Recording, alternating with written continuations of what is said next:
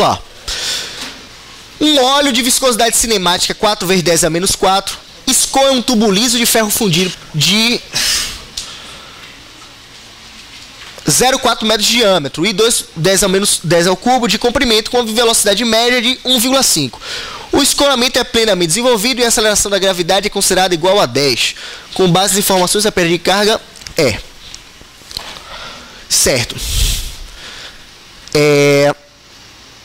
Ele deu valores de pressão? Não. Então, eu posso chegar e falar assim, ó, P1 sobre gama mais V1 ao quadrado sobre 2G mais E1, né? Menos a perda é igual a P2 sobre gama mais V2 ao quadrado sobre 2G mais E2. Eu posso calcular a minha perda usando essa equação? Não tem como, né? Não tem como. Então, meu amigo, não tem dúvida não. Se você não puder fazer dessa maneira, é a outra.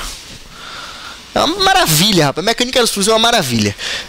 Pro concurso, porque na vida real o negócio... Ave Maria. Aí você vê, o cara dá aula de mecânica dos fluidos. Rapaz, eu passei que nem uma cobra na faculdade, rapaz. Fui pra recuperação e o professor me passou no final, né? Mas você vê que não precisa de muita coisa não para a prova da Petrobras. Não precisa. Então assim, se você não calcular a perda de carga utilizando o conceito de Bernoulli, você vai calcular a perda de carga pela equação de perda de carga. Não tem outra dúvida. Então, como eu não posso fazer assim, então a minha alternativa vai ser o quê?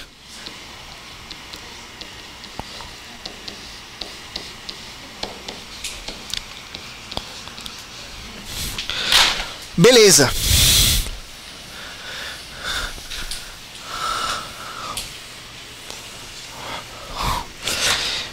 Velocidade eu tenho?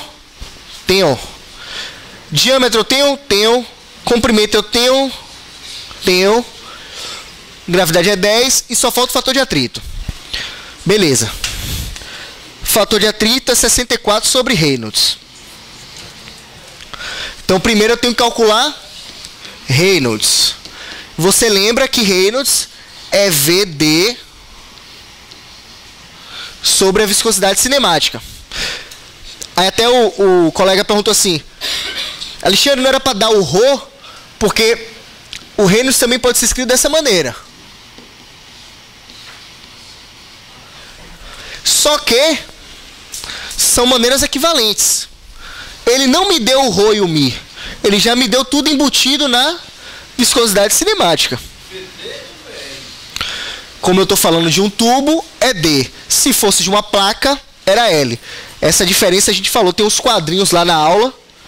Assim, ó. Aí eu coloquei, se for placa é VL sobre isso aqui. E se for tubo é VD sobre isso aqui. Não, esse L no caso de placa, tá falando? Não, é o comprimento da placa. Se fosse uma questão de placa, era o comprimento da placa. Mas é porque assim, na verdade o Reynolds, em transferência de calor, é que a gente vai usar o L. Em mecânica dos fluidos... isso aí. Se fosse aquela questão de modelo, era o L do modelo, né? Como a gente fez aquela questão lá de números adimensionais. Bem lembrado. Então, primeiro eu vou calcular Reynolds, depois eu vou calcular o fator de atrito, depois eu venho para cá. Então, é primeiro isso, depois isso, e por último, isso. O Reynolds deu quanto?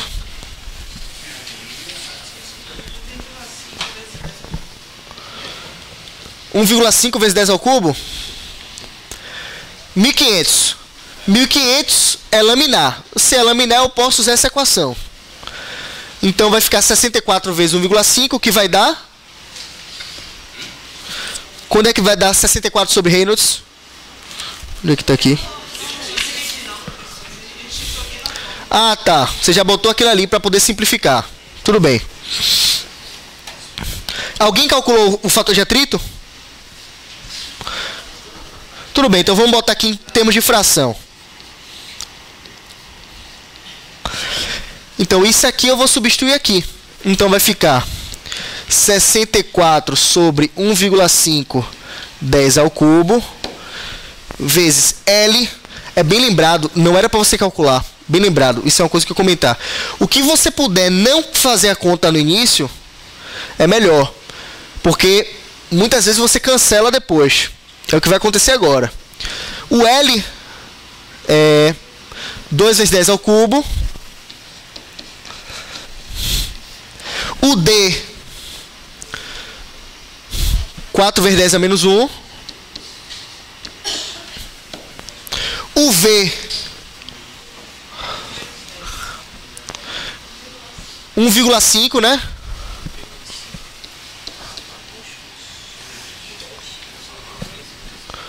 Sobre 2 vezes 10. Então, olha que beleza. 10 ao cubo com 10 ao cubo. 1,5 com 1,5. 10 a menos 1 com 10. 2 com 2. Então sobrou 64, 1,5 e 4. 64 por 4, 16 vezes 1,5, né? Então, você vê que realmente é melhor não calcular o fator de atrito, né? Eu vou carregando o que eu puder em termos de fração e com expoente. Evite fazer conta com vírgula, né? 0, não sei o que. Então é melhor. Então 24. Esse aqui eu pedi para fazer? Ó, isso aqui é só um detalhe. Esse aqui eu não... é questão igual, mas tem um pequeno detalhe. É a pergunta final. Para algumas pessoas passar o batido isso aí, mas não é para passar. O que é isso aí, ó? Preste atenção.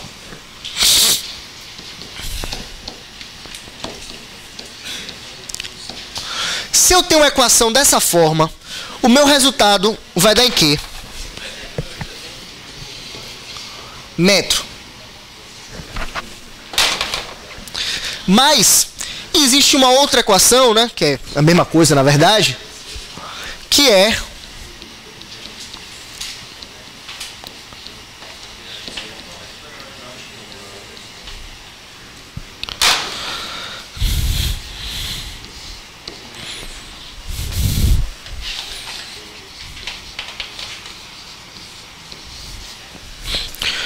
então, se eu não considerar a gravidade nessa equação, o resultado eu tenho em termos disso aí.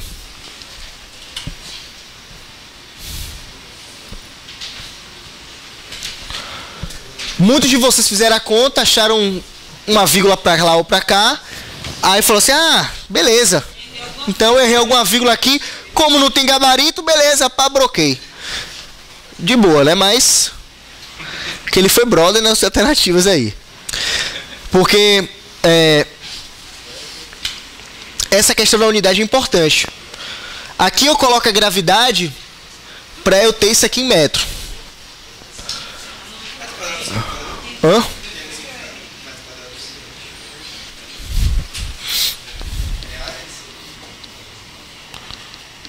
FD sobre MG. Vai ficar o que aí? Deixa eu botar aqui do lado.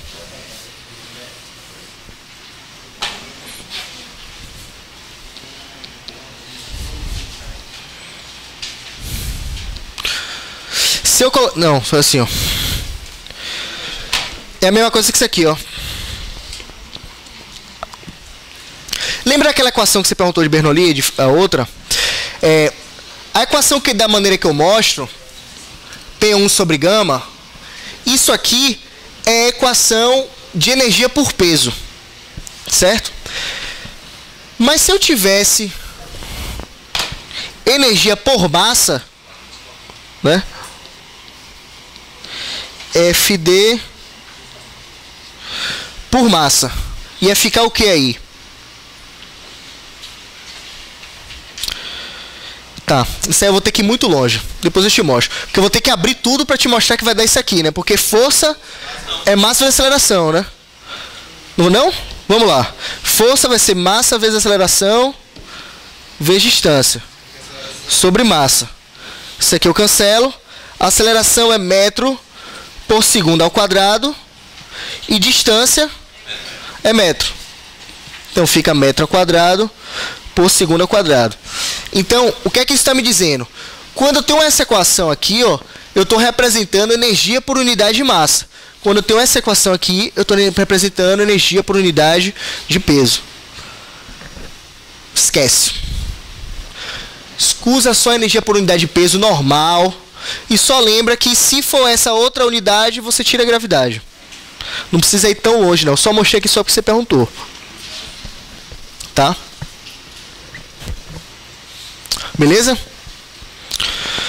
O que ele perguntou foi assim: o que é isso aqui? Essa unidade representa o quê? Eu tinha te falado que metro representa energia por peso. Ele perguntou o que é que representa isso aqui. Eu falei para ele: ó, isso aqui representa energia por unidade de massa.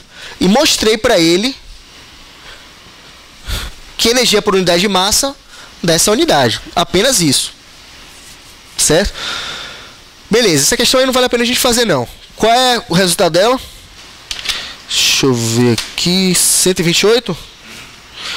Eu nem sei mais onde está essa questão aqui no meu apostila, mas tudo bem. 128. Essa aí a gente não vai fazer agora. O diagrama de Moody permite que se obtenha um fator de atrito em função do número de Reynolds no escoamento de um fluido em tubulações. Nesse diagrama constata-se que o fator de atrito diminui sempre que o número de Reynolds diminuir, certo? Falso. Independe da rugosidade relativa no regime turbulento. Falso. É proporcional ao número de Reynolds no regime laminar. É proporcional ao inverso do número de Reynolds no regime laminar.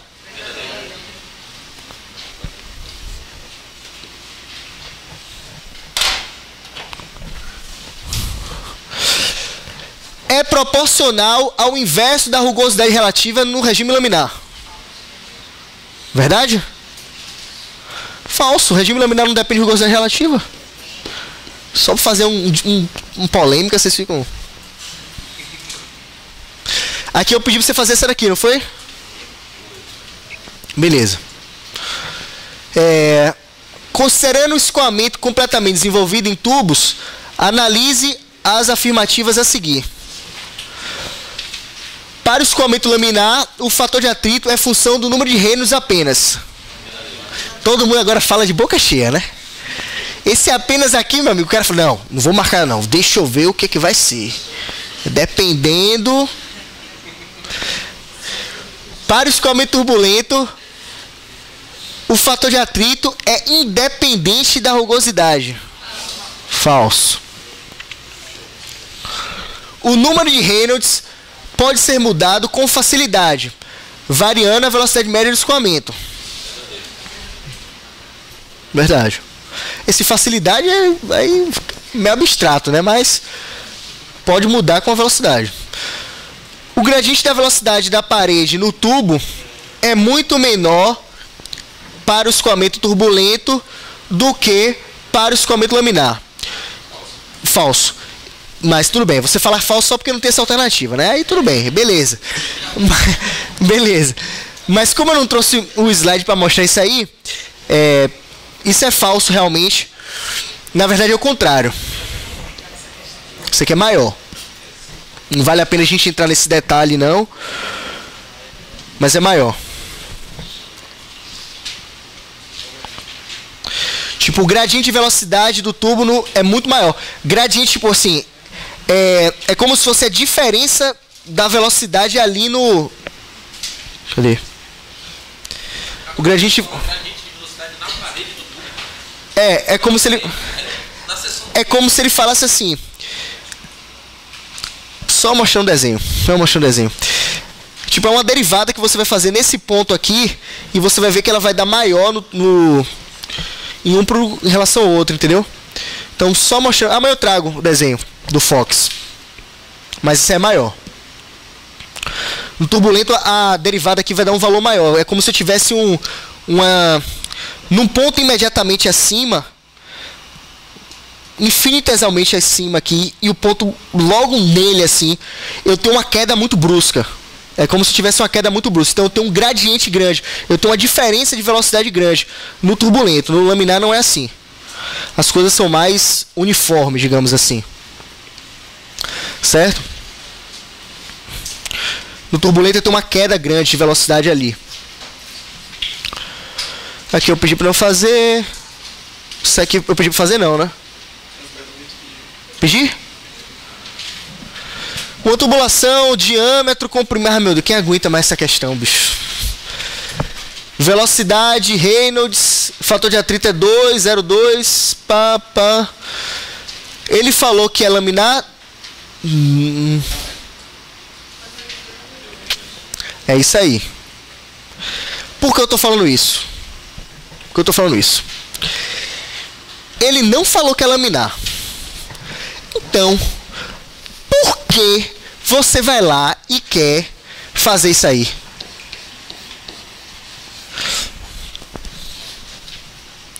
Se você fizer isso, você vai errar. Ele te deu que o Reynolds é 3.2 vezes 10 a quinta. Então, tire essa coisa automática que você já tá aí. Porque eu aposto assim, a gente, né? Aquela coisa, né? Você viu tudo em cinza e só viu isso aqui em vermelho. Isso aqui em vermelho, isso aqui em vermelho. Ainda falou assim, porra, beleza, ele deu 3,2 para facilitar a conta, ó. Né? Então, se você fizer dessa forma, você vai errar. Então, como ele deu o número de Reynolds que é turbulento, eu não vou calcular dessa forma aqui. Eu vou já usar o que ele deu. O detalhe dessa questão foi só isso. Ah, tá, isso é um detalhe, porque é o seguinte. Quando o fluido está entrando aqui na tubulação, é como se na entrada dessa tubulação ele sofresse a influência dessa tubulação até um determinado ponto, que tem um comprimento de entrada. Até esse determinado comprimento de entrada, a situação aqui do perfil de velocidade não está definida ainda, por causa dessa entrada. A partir desse comprimento de entrada, que ele é calculável, né? A gente não precisa calcular aqui, mas vocês de mecânica vão ter que calcular aí. Depois a gente conversa sobre isso aí. Acho que é 0,05 vezes Reynolds. A partir desse comprimento de entrada, o perfil de velocidade fica definido. Então, quando eu tenho um perfil de velocidade definido, né, a partir desse comprimento de entrada, eu falo que aqui eu tenho um escoamento completamente desenvolvido. Então é isso que é o completamente desenvolvido. Que não vai mudar absolutamente nada para fazer a questão, mas é só o entendimento teórico. Opa, peraí, calma. Dá quanto isso aí? 1,5. Então, FL sobre D, V quadrado sobre 2G, velocidade ele deu, L ele deu, diâmetro ele deu e F ele deu também. Tranquilo. Então esse aqui dá 1,5. Isso aqui eu não falei. Ah, agora é lá na...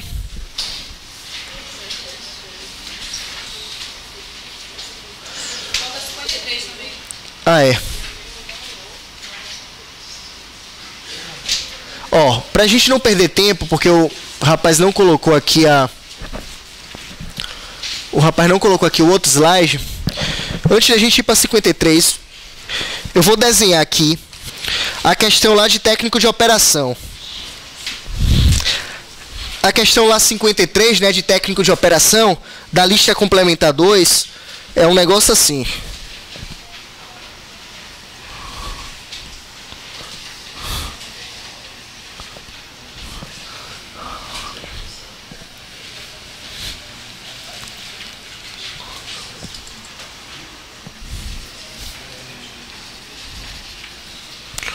Não é isso aí? E daqui para aqui é H.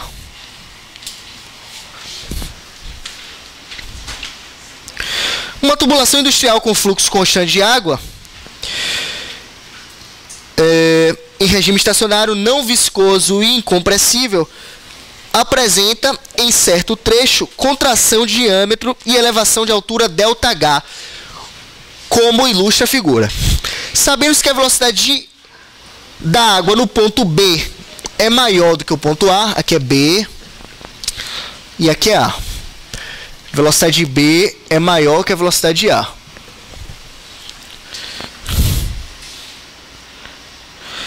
Devido ao fluxo constante, e considerando-se que não há dissipação de peso por atrito, afirma-se que, seguinte, equação de Bernoulli, PA sobre gama mais VA ao quadrado sobre 2G mais ZA, PB sobre gama mais VB ao quadrado sobre 2G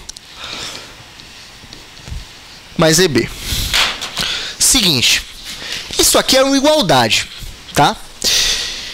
O que é que eu sei? Eu sei que esse VB aqui, ó, é maior.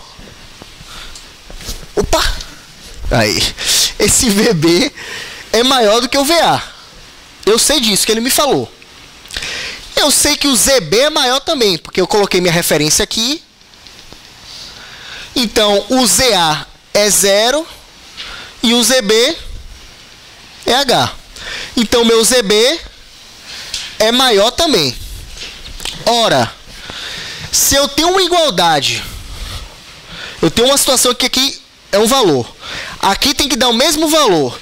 Só que isso aumentou. Isso aqui tem que acontecer o quê? Isso aqui tem que diminuir. Certo? Então a resposta certa é o quê? Qual é a resposta certa?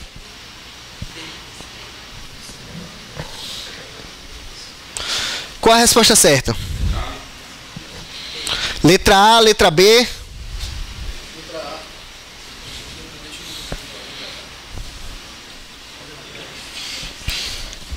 Letra A. Pelo seguinte, se H for 2, ainda assim ele é maior do que meu zero, que é a minha referência, né? Se for 3, se for 1, ainda assim ele é maior. Mesmo que ele seja 0, né? Se ele fosse 0, mesmo que o H, isso aqui fosse 0, então essa influência aqui, ó, não ia ter, né? Hipoteticamente falando. Ainda assim, como esse termo é maior, para manter a igualdade, isso aqui tem que ser menor. Então, a pressão é menor, né? Independente do valor de H. Acho que foi até você que me perguntou alguma coisa disso ontem. Alguém me perguntou alguma coisa disso ontem.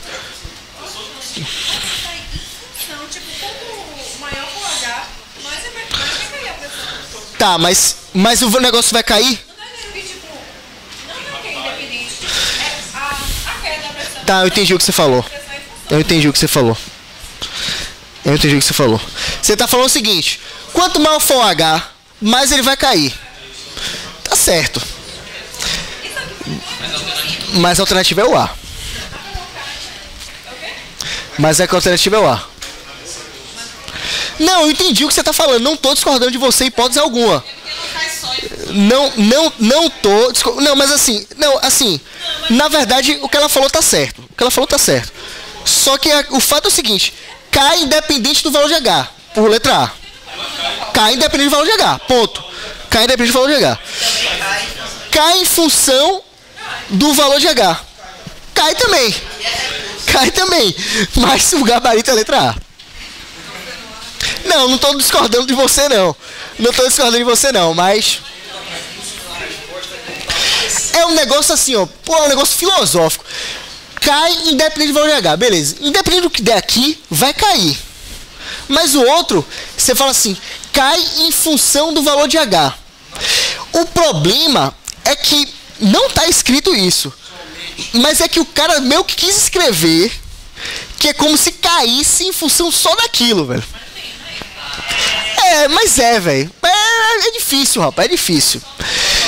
O que eu tô querendo te dizer é o seguinte: numa alternativa, numa questão dessa, é melhor você ir na letra A, viu? É melhor você ir na letra A. É melhor. Mas assim, eu não discordo do que ela falou, não. É uma questão de português aí. Entendeu? É uma questão de português. Porra, aí é foda. A gente nunca vai saber.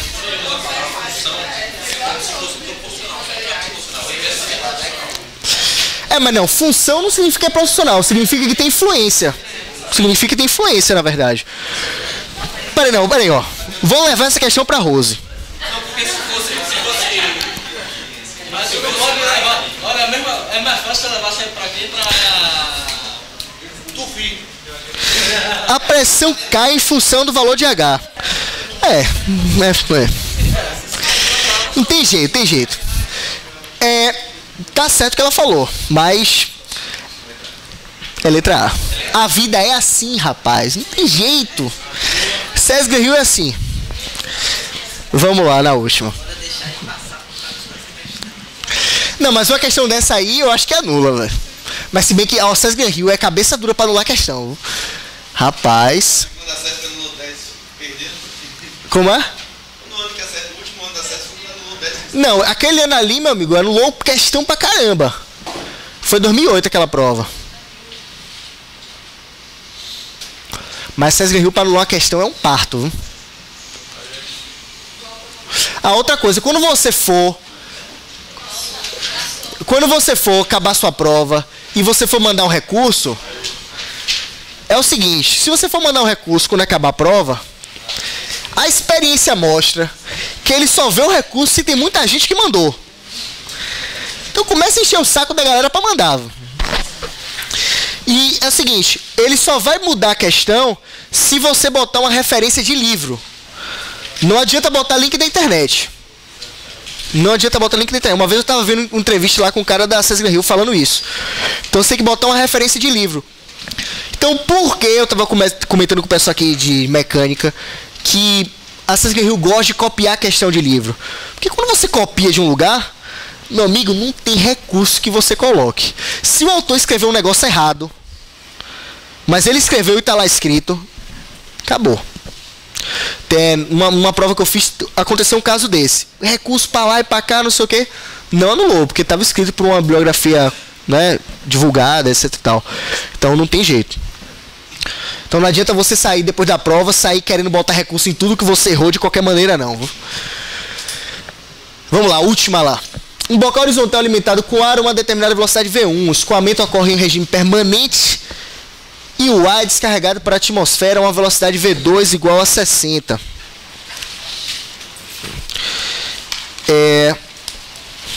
V2 igual a 60. Na entrada do bocal a área é 0,2 e na saída é 0,4. A massa específica do ar corresponde a 1,2, conforme esquematizado na figura abaixo. A pressão manométrica necessária na entrada do bocal em kPa vale aproximadamente. E aí? Qual é a resposta? Tá, então vamos discutir um pouquinho essa questão aqui. Você achou as velocidades como? Você fez como? Você fez isso aqui.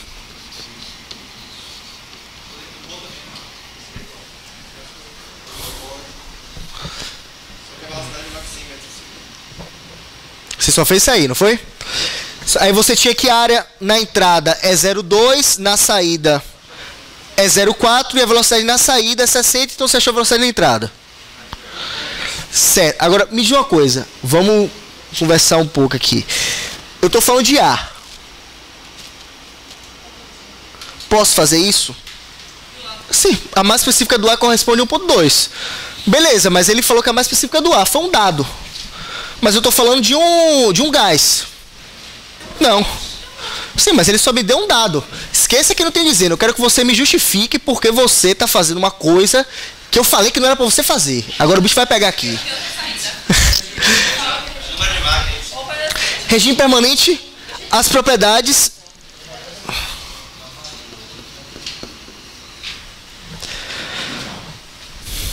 Beleza. Na verdade, o regime permanente, ele falou que era regime permanente. Rua constante. Né? Mas assim, na verdade, nas questões que envolvam ar, né? Ele até lembrou ali. A velocidade aqui em 2 dá 60. Não é isso? A velocidade em 1 você achou quanto? 12. Eu sei que esse valor aqui, 12? 12, beleza. Eu sei que ali a velocidade deu 60, não foi? Como é que eu calculo o número de Mach?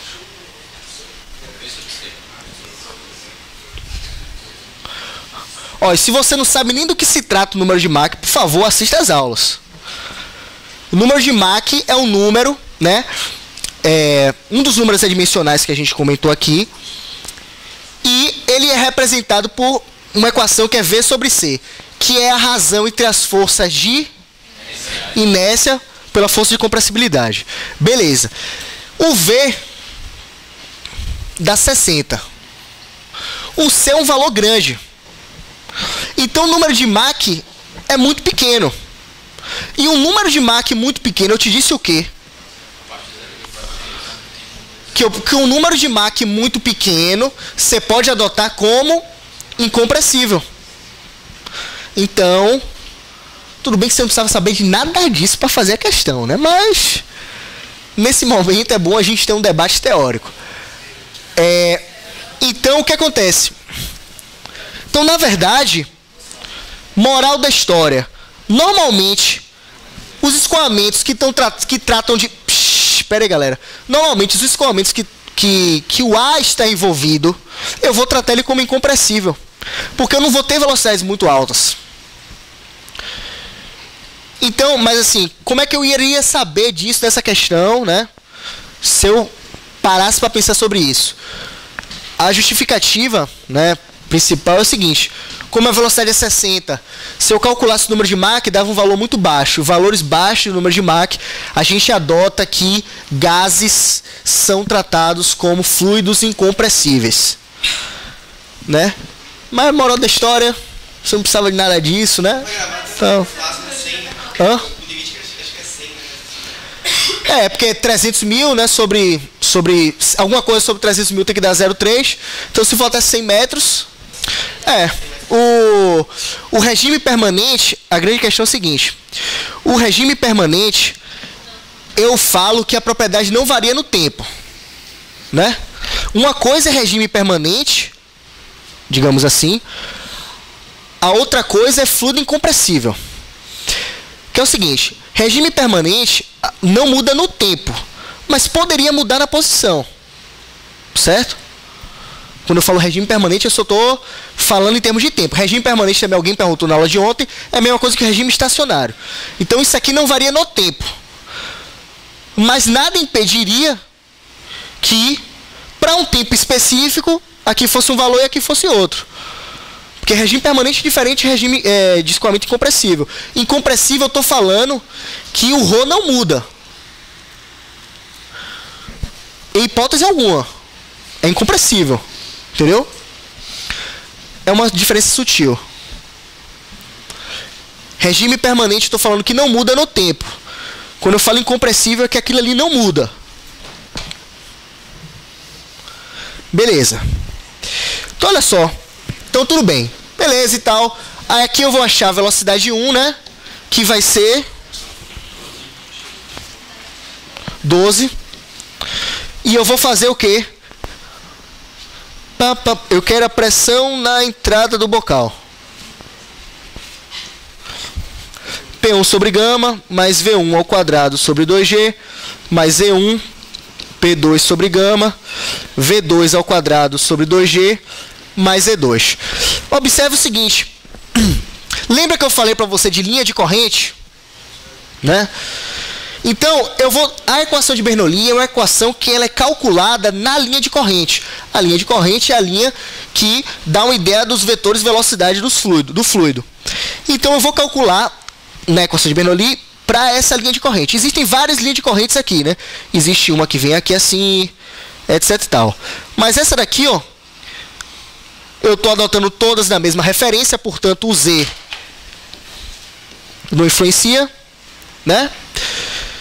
O P2, ele falou que é a atmosfera, isso vai me dizer o quê? 0. Portanto, eu tenho V2, eu tenho V1 e posso calcular P1, que é o que eu quero, né? E P1 deu, vocês falaram aí, deu quanto? 2,1. Dá 2,07, né? 2,1. Pessoal, assim, mais do que fazer as questões, o interessante são essas conversas que a gente tem na questão, né? São questões fáceis, né? Mas só o debate que é... Ele já é em Pascal? Ele é em Pascal. Porque tudo que você tem que pensar é o seguinte.